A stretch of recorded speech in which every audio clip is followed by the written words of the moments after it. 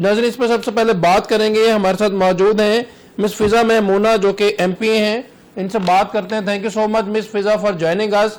Miss first of all तो दहशतगर्दी के बारे में क्या कहेंगे, किस तरह से FC एहलकार को जो है वो जख्मी हालत में एम्बुलेंस को रोका गया और उसके बाद उसको जो है जिंदा जलाया गया, क्या कहेंगी आप इस पर?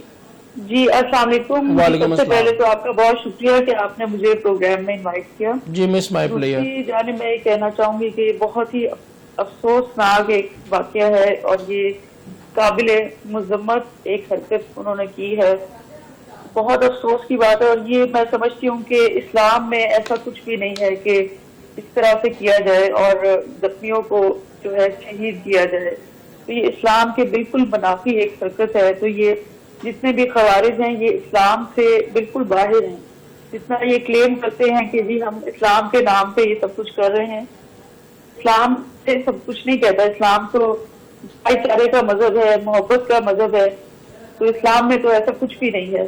और मैं अपनी फौज पाकिस्तान को खराज तहसीन पेश करती हूँ कि हर रोज जो है वो शहीद होते हैं हमारी वजह से, हमारी हिफाजत करते हैं और जिस तरह से उन्होंने मुल्क को बचाया हुआ है तो मैं उनको सलूट करती हूँ।